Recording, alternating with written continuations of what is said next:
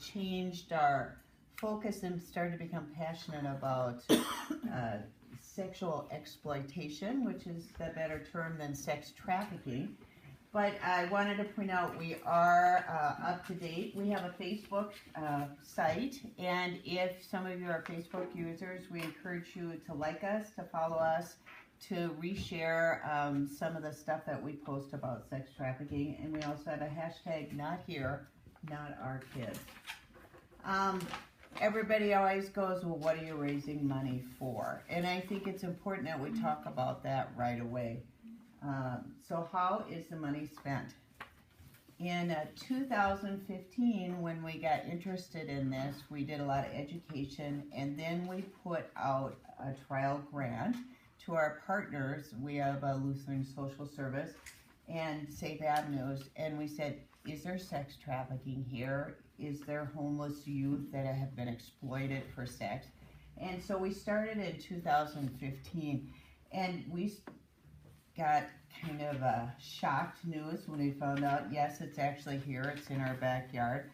And then we said, okay, let's get going. And we started funding direct assistance to people, helping them. Then we started to say, okay, we're helping the people in sex traffic. What can we do to prevent this from happening? You know, it's not enough to recognize it. How can we do to prevent it? So we started funding education for kids in the schools and churches about what is a safe relationship. And when I say we funded our partners. And they started these programs called Safe Dates in the schools, got pizza for the younger kids, because if we don't have the kids growing up and if we don't have the guys be involved in all this, we're never going to get rid of the problem. And the way to get rid of the problem is to stop having people buy. And so we had to start with what is a good relationship. And one of the fallouts of this is it improves in violence in relationships, assault, things like that.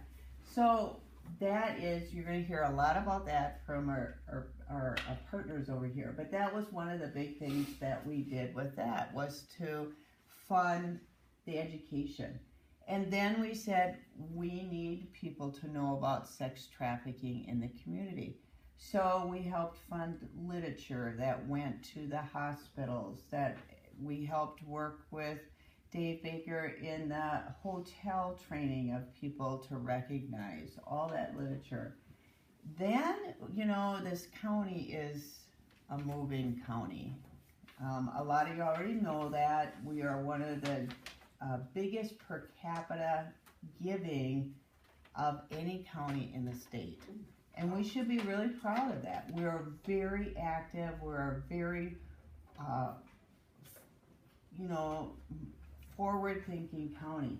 And then we said, okay, we got this going. There are 26 different organizations in this county that are involved in sexual exploitation and stuff. 26 different organizations. These organizations couldn't talk to each other. We're so used to, if someone were raped and entered the system at any place, going to the ER, calling the police, whatever, there's protocols to make this a smooth journey between all the different organizations that might be involved for that victim. We needed the same thing for sex trafficking. So these people on a task force have written the policies and procedures for this, and we're a pilot for the entire state, and some other states in the nation are looking to us to be a guide. And part of that is funded from the money that is raised here. So we are really just breaking new ground, which is really cool that we are doing all that. So as part of that, we funded for the first 2 years the Human Trafficking Task Force coordinator, someone to actually put it together, because we were unable to get funding through the state. So we said, we're not going to wait around. we're going to just move forward. And we kept funding more presentations, more material, more reaching out into the community. And then we said, okay, we need to take it a step further. We need to realize, why are these kids ending up in these situations? And so the group has been learning about trauma-sensitive care awareness and training. And you go, oh, that's like a lot of buzzwords. But it's really the way everybody's going. We find out that if you look at an average child today, 1 in 20 has lost a parent. 1 in 5 has lost somebody important to them. If we look at kids in juvenile commitment or delinquency or detention, over 90% of those kids have had a significant trauma. And once these kids have trauma, if it's not dealt with appropriately, they don't do well in school, they act out, they start going down the wrong track, they're vulnerable to manipulation, you know, they're just vulnerable and end up in these situations where they could be a sex trafficked victim. And so it's like we've moved beyond, and in order to fix the problem, we keep going deeper and deeper and deeper to try and fix things underneath. And I wanted to talk just a minute about this stuff coming on. When somebody has an event or something, how they experience it will lead to different effects.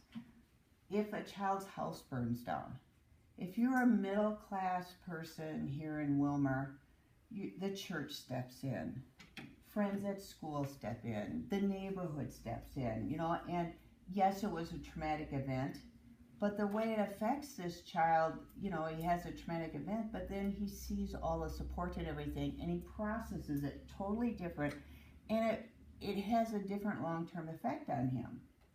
If you have a child that's in a marginal part of society, that is in a family filled with chaos, he has an event, and it's now they're homeless, now they're living in a car, the long-term effects of that are so much different. And we all know families that seem to live from one chaotic event to another. And we want to try and reach these kids, make them, instead of victims, we want to make them survivors. And people seek medical care. When you're sexually exploited, infections, trauma is a really big one. And they seek medical care. And what we want to do in this next year is reach this information into our healthcare facilities. And I'm going to tell you a little story about this. I'm a physician, for those who don't know. I'm retired 25 years ago, roughly, 25 to 30 years ago. I admitted a woman who had abdominal infection that turned out to be gonorrhea. I wasn't very aware. I thought I was pretty aware of stuff. But in retrospect, she was a probably sex trafficked woman. And one, I didn't recognize that and reach out and help her with that. But what happened was they found it was gonorrhea, and some nurses hung a quarantine sign on her door. Well, if you know gonorrhea, you know that you're not going to catch it by breathing in the room, and you're not going to catch it by touching the bed rail. This person was totally re-victimized by our healthcare system. So not only was she a victim of her circumstances, but she was totally re-victimized and made to feel, you know, obviously horrible, and that was probably a worse scar than what had happened to her before. And yes, we're a lot more enlightened now, hopefully, in the medical field. But if you don't recognize some of the trauma that people have gone through and meet them on their terms and in a safe way, how are they ever going to share or tell us, or, you know, so we can help them? So we need to be more aware of that. And one of the things that when they teach this is to realize that we've all been traumatized in our past, and how is that affecting how we relate to other people, and to be able to recognize it and to respond to it appropriately, and then to prevent re-victimization of these people, and and how to make somebody feel safe, and how to make somebody feel like they can trust you to share. And so this is the stuff that we're moving forward on. And I mean, it doesn't just have to do with sex trafficking or sexual exploitation, but it's a really cool thing. And eventually, we'd like to see this stuff in the schools, because in some ways it's just how we should treat people. It's just being a good neighbor, but it's where we need to move to. So we wanted to give you just a little oversight of what we've done and where we're going. And there's information in your packet about our previous grants and everything, but just emotionally to see what's happening. Now I want to spend just a moment on the part everybody's so excited for, asking for money. This is pretty easy. On Monday, you can start. You got 2 weeks to go, and then we just want all the materials back at the end of the month. And then in September, we have a luncheon, and we're not going to ask you for money at this luncheon, but it's a chance for us to celebrate what we've done and and to hear where the money is going. So let's take a moment. Everybody's pulled out their packet. It's pretty easy this year. You have these pamphlets in the front. They've condensed a lot of the information that we're talking about in these pamphlets. You can pick up more, you can leave them, you can share them, you can do all of that. On the back is a little card that people can send in. People can give money online. Just go to community giving, that's in there, and they can just give online. They can send it in. They can give you cash. There are some forms in here that you can fill out, and you can put it with these envelopes. You can mail them in, you can drop it off. There's a million different ways to do it. Also, in this information is a sheet that looks like this. If you picked out names to ask, if you haven't submitted any names that you're interested in asking, then we'll ask you to do that when you're done, or you can come in here. What we want you to do, though, is to be careful about asking a lot of other people, because we don't want people to get asked 3 or 4 times. We all know the givers in this community, and people keep approaching them over and over, but we want to spare them being asked by our group multiple times. And so if you have somebody you want to ask, just call up or email in, and they'll see if they've been on the list. And if they're not on the list, go ahead, have at it. The other thing we want you to do is to either email in or let your captain know what happened to all these people. We don't want to know how much money they're going to give or anything, but we want to know, did you ask them? And if you know they're giving, that's fine. The reason we do that is some people like to give every year. And maybe you didn't get a chance to ask them because they were on vacation or your schedules just never met. And those people that have given in other years that didn't get approached this year, we want to reach out to them with a letter. And so that's the reason that we do it. So just let us know, if you're able to reach contact with them. And then the hardest part, the part that we've all, how do you ask somebody for money?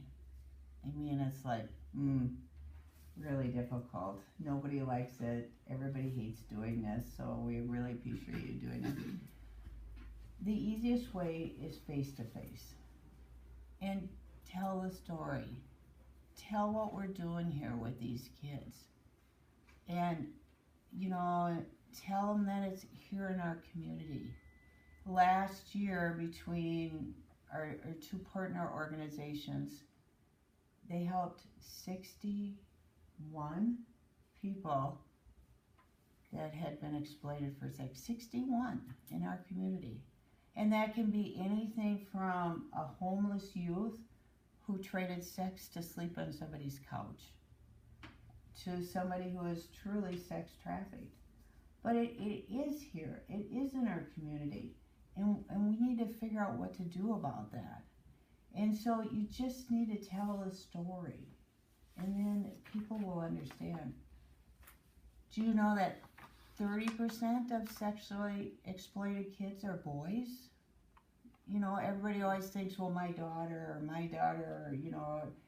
30% are boys. And when the up in the Balkan oil stuff was going in North Dakota, they were going through Willmar getting transported up there.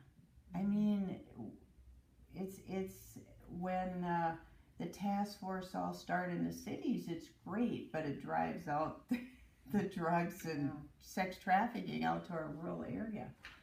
So it's easiest if you can meet them face to face. If you can't, email, telephone call, text, leave the information on their desk, And if people give money, that's wonderful. If they don't give money, it doesn't matter, because the most important thing is that you tell the story, because that's how we get it out there. And my husband had a nurse come up to him and tell a story. He had left this information around at the hospital and, was telling. And her husband's a truck driver, kind of a introvert. And he was somewhere in Minnesota, and he was at a McDonald's, and he had to hang out for a while to take time off of his truck driving books. It was a school day, and there was a young girl sitting by herself in a booth, and seemed kind of distressed and was just sitting there for a long time. And she said he would never have done this. But he went up to her and asked her if she was safe and if she was okay. And it's that kind of thing that's happening if we can just tell people. And she said it was so remarkable for him to feel like he was so moved that he had to make sure. So that's what we want you to do, is to tell the story. And if people give money, it's wonderful. But mostly it's to tell the story. How much money are we looking to raise? Well, we're looking to raise $70,000 to do the things that we want to do next year. We're asking each of you to raise $1,000 if you can. We know some of you won't be able to, some will raise more. We're asking each team to raise $5,000. And we have raised over $70,000 in the last years, so I know what this town is capable of.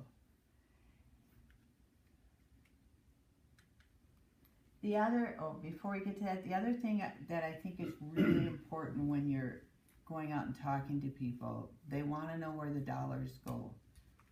100%, every dollar you raised for this will go to fight sex trafficking and sexual exploitation.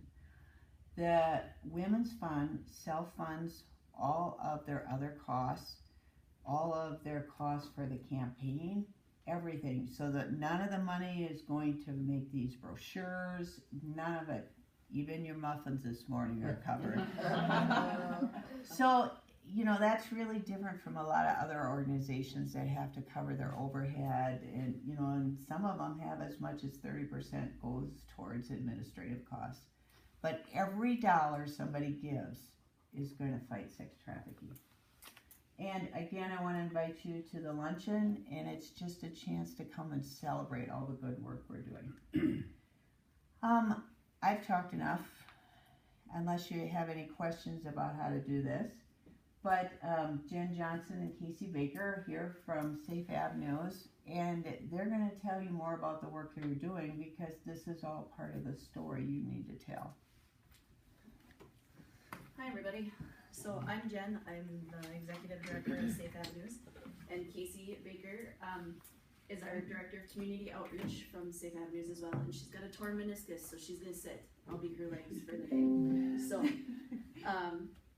we are going to tell you a story. So we, maybe before we jump into that, maybe we'll just talk about the grants just a little bit. So when we started receiving funding from the Women's Fund, it was about 3 years ago, and the first grant was to do community education in the schools, and it was also to assist victims that had been victims of trafficking and exploitation. And I think a number that is worth talking about and thinking about is that first year, the number of victims that Safe Avenues helped that were identified as trafficking or exploitation victims was 8. And for LSS, so Lutheran Social Services, which is our other partner in this, their number for the first year was 16 youth, okay?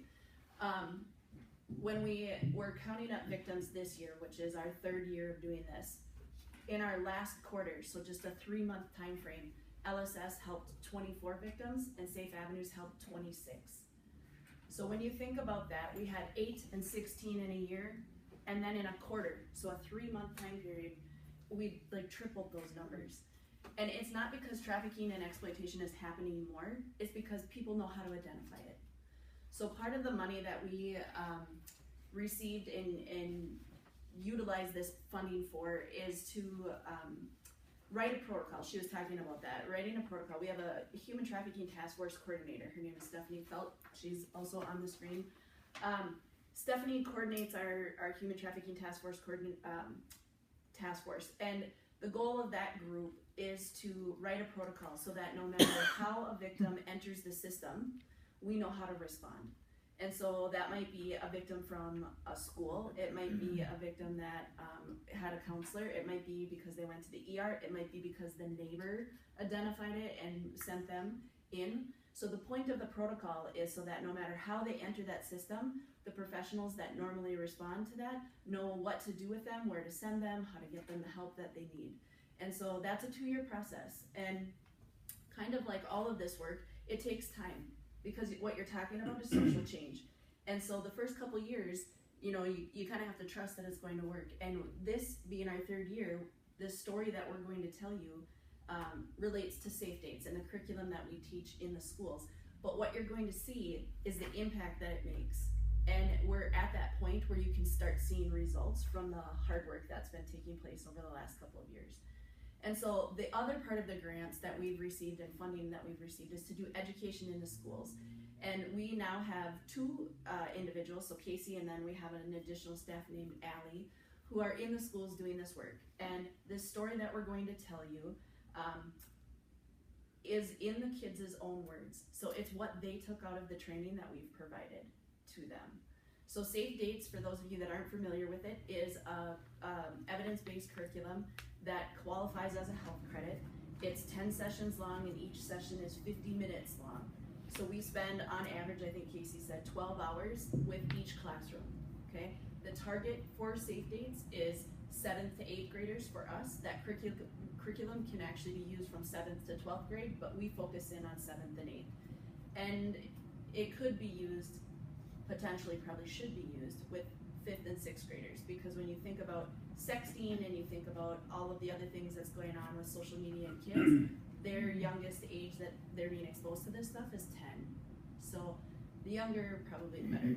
But we'll let Casey talk about her story over here. Okay, so good morning, everyone.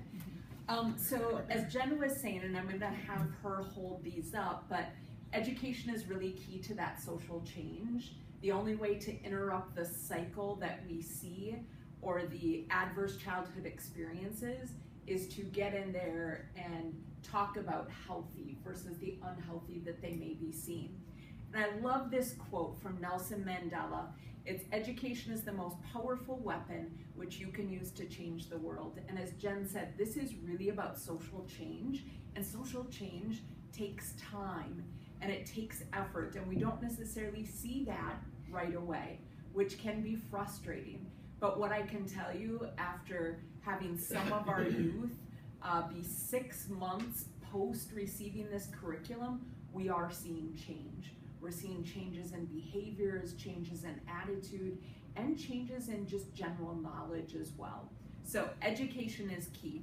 So even though this curriculum, Safe Dates, is really geared towards dating relationships, when we go into these schools, we know that there's some students that simply haven't started dating yet. And so when we go in, we try to say that what they're learning is really about all relationships.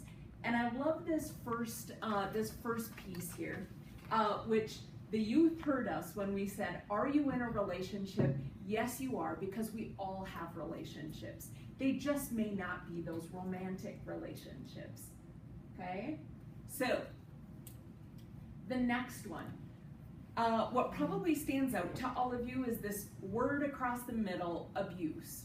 But what you may not see, which is just, it's so poignant here, is that this word abuse is actually made up of different tactics that perpetrators use to obtain power and control in an unhealthy relationship. And so when we pass this around, look at everything that's making up that abuse word. They heard the different things that may happen in those types of relationships. When we're talking about abusive relationships, we want to be sure that youth know that we meet them where they're at, which is very similar to how we work with victim survivors of abuse, whether that's domestic violence, sexual violence more broadly speaking, or exploitation and trafficking. And regardless of where they're at, they may hear something different. This is actually the cycle of violence. And what happens in unhealthy relationships is people often describe this sense of walking on eggshells, which is the tension building phase. They don't necessarily know what's happening, they just know that they need to be mindful of everything that they say and do. And then all of a sudden, they're going along and something happens. That's the incident. Now the incident, as you're gonna see in a few posters here, the incident can really be a variety of things. It doesn't have to be something physical. And then the last stage is the honeymoon stage.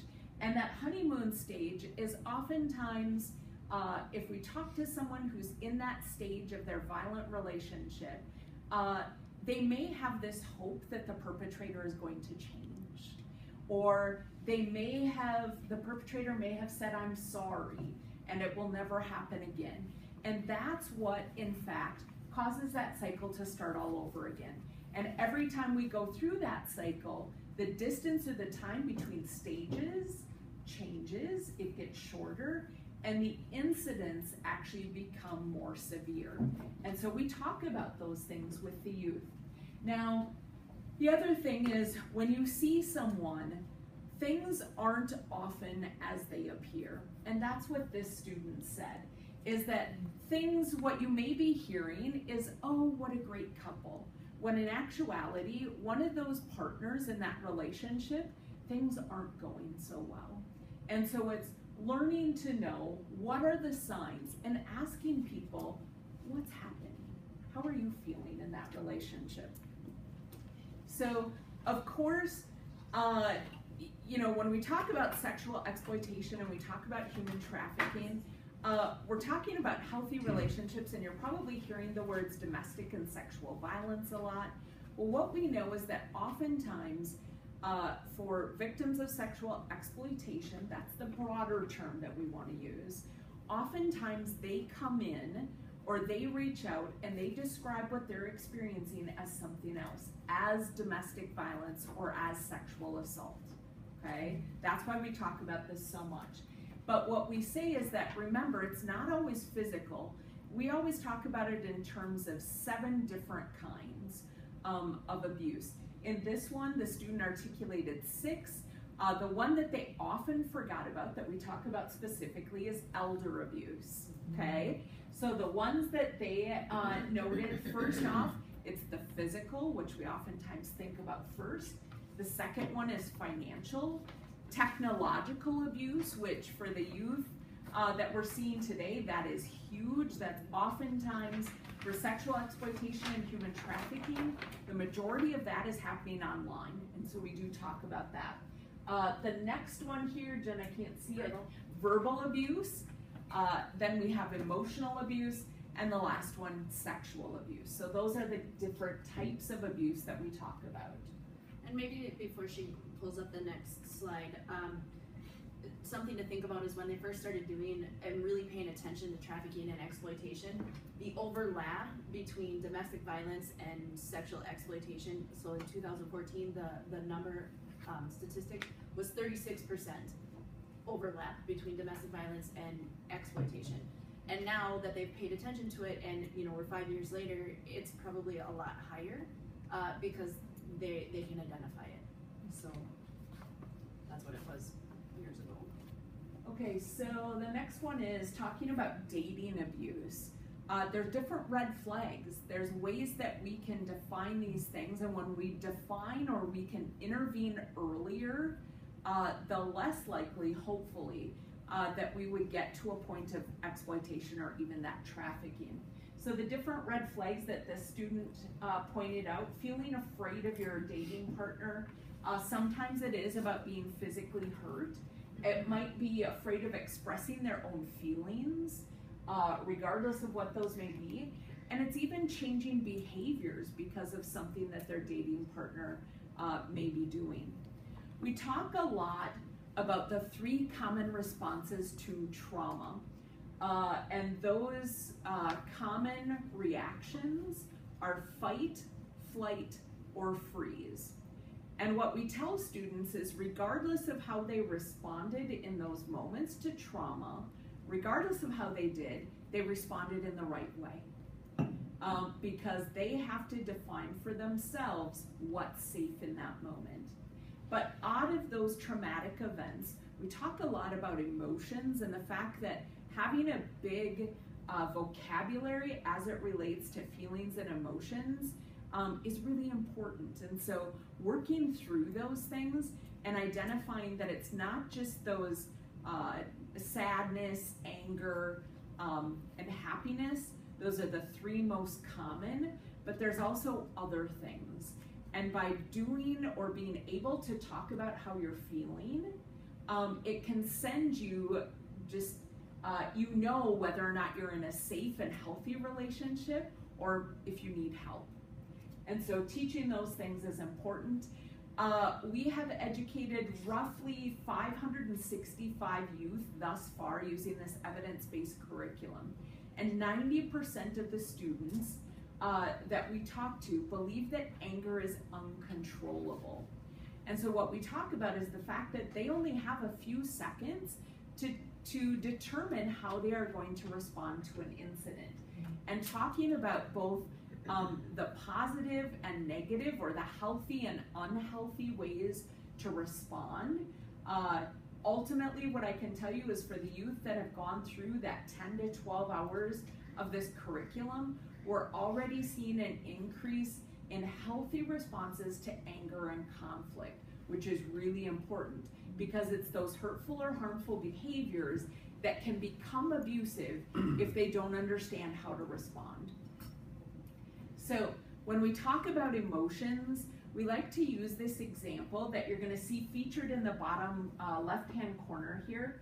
And what we say is, the way that you talk about this with your friends, with someone that you may be dating, is I feel, whatever emotion that is, when you, this certain action, because. So being able to express the emotions that they're having, why they're having it, those are critical pieces. Well, this person said that not only is it important to use those, but over in the left-hand side here, those are all the different ways that they can reach us at Safe Avenues if they're struggling, okay? Because ultimately what all victims of abuse want is for the violence to stop. So and I'm gonna interrupt, these are all our phone numbers. We didn't give those to them, like they researched them themselves. And I think that that's just really cool. I mean, I think the most important thing to take out of all of these is this is their own words. This is what they're heard listening from the training. I mean, that's super impactful. So you can see up here, this is a cell phone. This kid was drawing a cell phone and it says stop abuse. So, yeah. What we know is that when, I'll just say we, meaning when we're talking to youth, it's their peers. When you're struggling with something, we often go to a peer, okay? Same happens with youth. And so when you don't have the ability to help someone, we talk about how that makes us feel, that helplessness, that hopelessness. And so we use what's called the friends wheel to talk about how to help a friend, what they can do to help someone who's experiencing abuse. So the different things that we talk about, first off, don't gossip.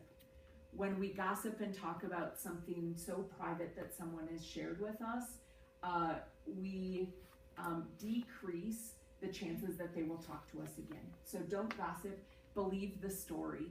That's one of the most important things that we can do, is believe that they experienced something horrible. Because that will be the thing that helps them reach that place of healing much faster. Tell them that they did nothing to deserve what happened to them. They couldn't have dressed any differently. They couldn't have said anything differently. No one deserves to be abused, regardless of what that looks like. Doing things like reaching out or telling them how to access resources, whether it's someone trustworthy at school or someone in the community like Safe Avenues or Lutheran Social Services. So for this one, talking about the fact that it's difficult to ask for help, and that asking for help is not a sign of weakness, it's a sign of strength. Well, this student, you'll see over in the bottom left-hand corner, they have a hand reaching out, and out of that hand, there's some tiny things right here. Those are all words like brave, courage, love, faith, hope. When we ask for help, we see all of these amazing things happen. Over up here in the right-hand corner, you're going to see this other hand that says, don't let them control you, okay? But ultimately, how they respond to that is up to them. We see reach out to a friend, whoever that may be. It's up to them because they are the expert on their life. We let students know that they not only have the right to choose how they treat someone because they're in control of that, they also have the right to tell people how they want to be treated. And so what we had students do through a variety of different scenarios and activities, we had them say, what are the bottom line things that you could not live without in a relationship? Whether that be a friendship, something with your family, or that dating relationship as well. For this student, they wanted to be treated honestly, they wanted to feel supported, and they wanted to be treated with respect. Those were their bottom line things. We talk about how all good relationships are kind of fertilized, are helped to grow when we have love, hope, peace, respect, honesty. And when we have those things in a relationship, what we see come out of that is a beautiful flower, right? We all help, all of those things help us grow Dave, if you could and be just stronger. wait one Okay. minute. Can I just interrupt for 1 minute? Yep. I'm going to hit you, Dave, and put you on the spot. Okay. They're having trouble getting us into schools because of all the standards for the state. There is no time for this. And after you've listened to this, you realize, okay, think of the school shootings. If we had had a program like this in every school in 7th grade, how to deal with anger, how to have a relationship training as a 7th grader, And we want you to work on getting something like this as part of the school standards, so schools make time and space for this to happen. Have you met locally with any of the school Yes. superintendents and things? And Oh, what's the many times. response has been? But they would like for us to be in there, but they have to remove something in order Yeah. to make space for This it. is what they call unfunded mandates, and they worry about things like that. What we know is that when we create a safe space, which this is what this is doing, students learn better. Mm-hmm. So while we're broadly speaking about healthy relationship, it goes much deeper than that. And the results speak for themselves, and so we need to change it at the state level with the mandated standards, and so that's why I just wanted to grab you before you left. Yeah, so you and can, again, I apologize for leaving, I've gotta meet somebody. Right. But is there an organization in the state, that we can work with that can help start it's the process of meeting with the governor's office and the education commissioner. Talk about this, there's gotta be one group we can look at to help us write that right kind of bill that I gets the think right. Minnesota Minnesota's a really good one. Coalition Yeah, or there you go. MCBW, they've got a lot of work going on for comprehensive sex ed, Right, which honestly this kind of fits into all of it, but Mincasa, MCBW, those are both our statewide coalitions that work with victim survivors of abusive relationships or violence. Those would be great Yeah, it places would be. to start. we need to work with them to see what's currently happening in the schools, if anything, and then to kind of tail on that, so. right. I'm happy to help with that. Well, then as we for just, sure. I just wanted to give you a heads up. Thank Kayla. you. Thank you. Yeah, that's okay. We'll talk. Thanks, Casey. Okay. It's Thank you. not unlike civics and history. Yeah. No, we can't get it into our school system because we don't have the room. Yes, It's you not- can get it. Well, it's not that they don't want it, because they do see the value in this, but it's difficult. It's difficult. Teachers, I have a whole new respect for teachers because they're managing a lot, and whether it's managing curriculum, managing the behaviors that we see as a result of all of the adverse childhood events and experiences, teaching is hard. So the final thing here, the poster from youth, was these two hands. You'll see here on the right side an arm with bruises on it. There's another arm here reaching out. What we tell youth and what we've seen is a whole new awareness of services that are available to them. If they experience something bad, there's someone there to walk alongside of them. So that's what we kind of pulled out posters. We've got hundreds of posters that students have drawn as a result of this curriculum and things that they learned. We wanted to kind of end that story with a quote. We received an email from one of the students that we worked with, and this is what they had to say about the curriculum. I'd like to say thank you for the privilege of coming to our school and getting the opportunity to meet you once again. You are really amazing women who I strongly look up to. Normally in health class, I'm the type who doesn't really like participating. I love the fact that you have a chance to change that for me in talking about these topics. Thank you for talking to our class about all sorts of advice in life. Even if it's not related to dating, it really helps me and hopefully others for future reference. You are really strong women who I am willing to look up to. This really helps me to understand what to do in bad situations and in dating. I've gone through dating just like many other kids, and it really made me realize who I dated and who was right for me. So that's what this is all about, is helping youth figure out what's healthy, what's not healthy, because ultimately, whether you're talking about those friendships or dating relationships, those can change the course of your life.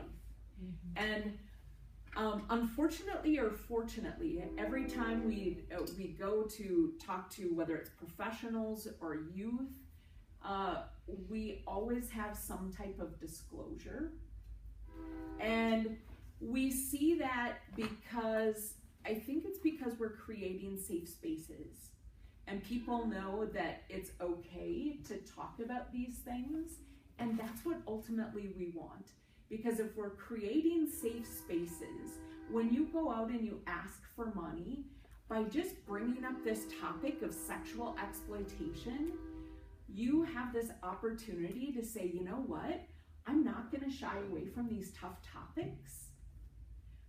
I'm telling you that if you ever want to talk, if it's not me, I will reach out and find the right person. So you are identifying yourself as that safe person that they can bring up the subject, and you'll reach out and ask for help. You don't have to do this on your own. We don't expect you to be an expert on sexual exploitation and trafficking. Or domestic violence or sexual violence. Yes, you don't have to be the expert, but by being able to bring up these topics and by knowing some of the community resources that you have, you are opening up an opportunity. Okay, you're planting a seed. So if somebody does disclose, refer them to us.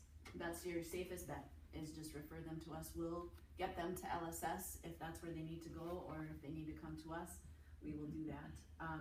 So we often tell people that domestic violence and sexual violence thrives in silence, and it's very true.